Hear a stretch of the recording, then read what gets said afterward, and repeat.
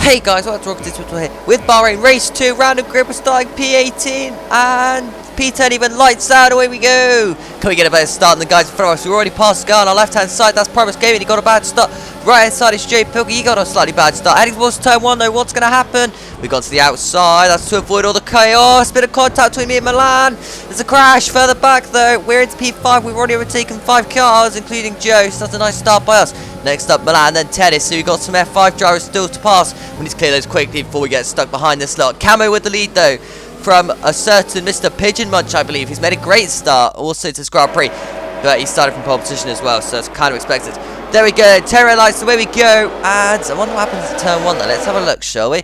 Clear start by everyone towards turn 1, but what's happened at turn 1? There's Jay Pilkey on the inside, there's a yellow car which has been tagged into spin, and I'm afraid that's caught out quite a few drivers. There's been a contact actually, there's a black car in the background though which almost lost the rear.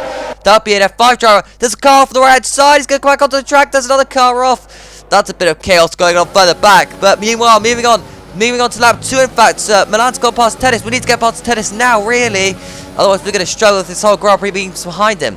It's this right-hander, it's not Mr. Pigeon by the way, it's Mr. Easton. Easton's the F1 driver, he's for this weekend. And he's got a great start to Grand Prix for P1. Goes to the outside of Tennis though, into the double left-hander.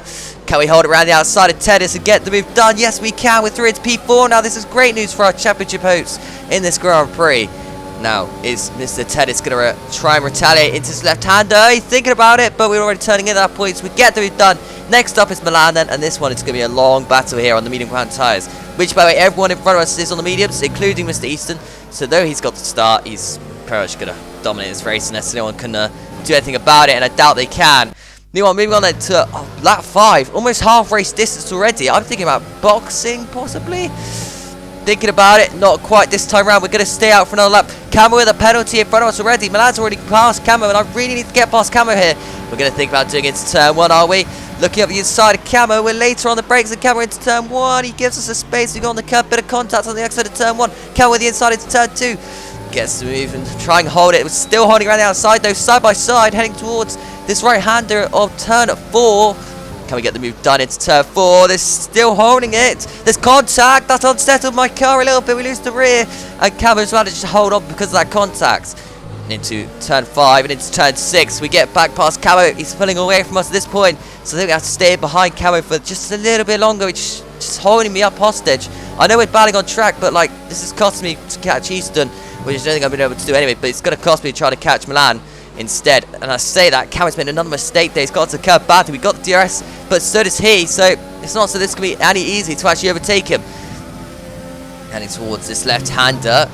Thinking about boxing just because I don't like being stuck behind cars. I want the fresh air and I want to make sure my tyres get to the end as well. But nonetheless, we are going to box. Fast right-hander. I'm wondering if we want to overtake Camo or I don't know. He's made a lot of mistakes in top of the corner. He's costing me so much time right now. We're into the overtake mode. We've got the slipstream.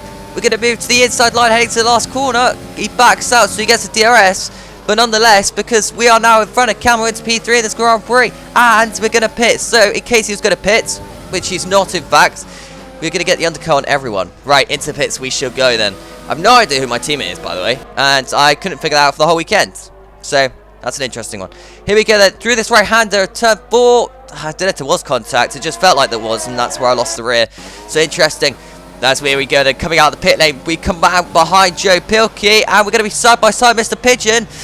Pigeon leaves us to space slightly enough. He's battling us so hard. I don't want him to because we're on the fresh compounded tyre on the soft, and I need to get past him to have any chance of keeping on the leaders. He's going to go to fence into turn 4, but he's so late on the brakes. He's too late on the brakes. He's locked up his right front. This should give us the move here. Going to do the switchback out of the corner. Side by side, Mr. Pigeon into his right-hander.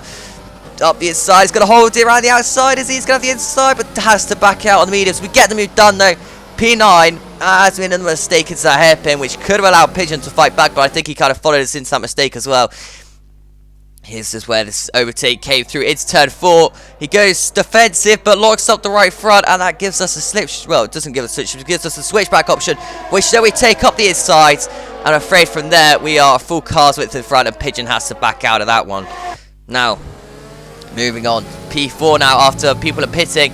We're into lap 8, going on to lap 9 as well. So, next up is, in fact, Draco, who's in the pit lane. So can we get past Draco on the pitch? Yes, we do. We're through into P3 now, back into podium position. Easton winning the way, Joe P2. And as you can see, Joe is pulling away at this point in his Grand Prix, but we're now going to come up to pressure from FFR Milan. He's going to go to the inside of us, heading towards turn 1. He's going to position his car nice and neatly, but we're going to try and hold around the outside of him. He is an F2 driver, we are an F3 driver. Still side by side out turn 2, Williams rear slightly. We've got the DRS though, which means we can apply a lot of pressure from him into turn 4. This right-hander, we're going to go to the outside of him and give him the space.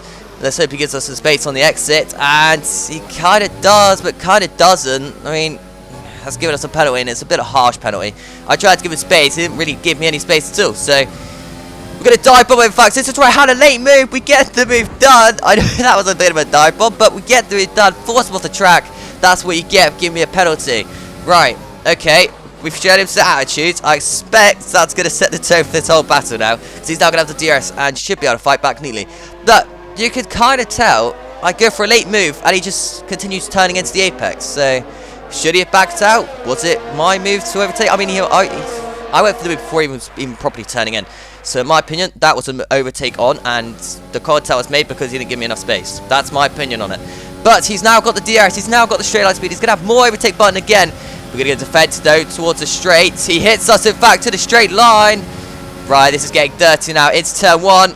He goes so late. We give him those moves though. We give him some space. Out of turn 2. We're going to have DRS advantage into turn 3. Heading towards turn 4 now. He goes to the inside once again and been in this position before, and he forced me off the track. So is he going to do it again, or what's going to happen? It's turn 4. Oh, I could spin him here, so I back out. I don't spin here, but I could have.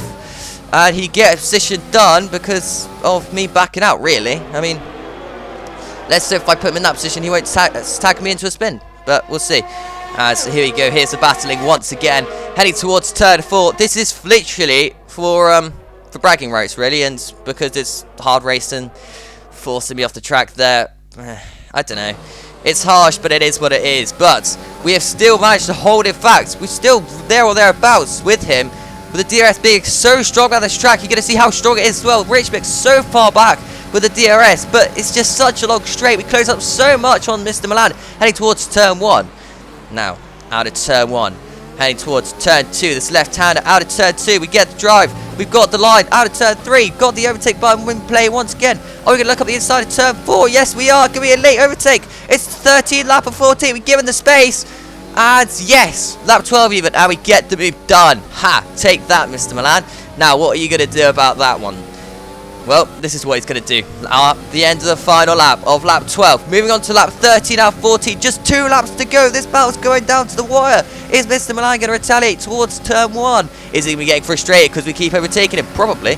Anyway, into turn 1 he goes. Looking up the inside. We're late on the brakes. He's so much later on the brakes. He's missed his apex by a country mile. We gave him the space, so it's turn 2. Give us some more space there. Oh, he doesn't give me a lot of space on the exit. He's going to have the DRS button, I'm pretty sure, as well. Heading towards turn 4 now. And we're going to go up the inside. It's late. He turned in on me a little bit. On the exit turn, he's turned me.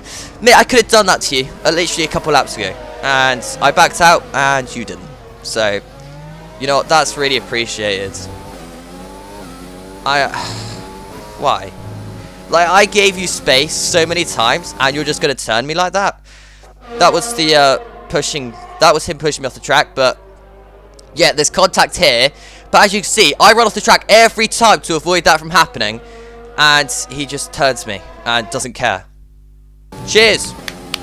Cheers. Appreciate it. We're going to finish P9, but because we got a penalty for our frustrations as well, because he pushed us off the track, it's going to be more of a deficit here, and disappointing. Mr. Easton wins nonetheless. Great job by him. We're going to come home in P9, P10. We get 1 point. You know, I'm frustrated because it's a race nonetheless. Thank you guys so much for watching. Have a great day, and goodbye.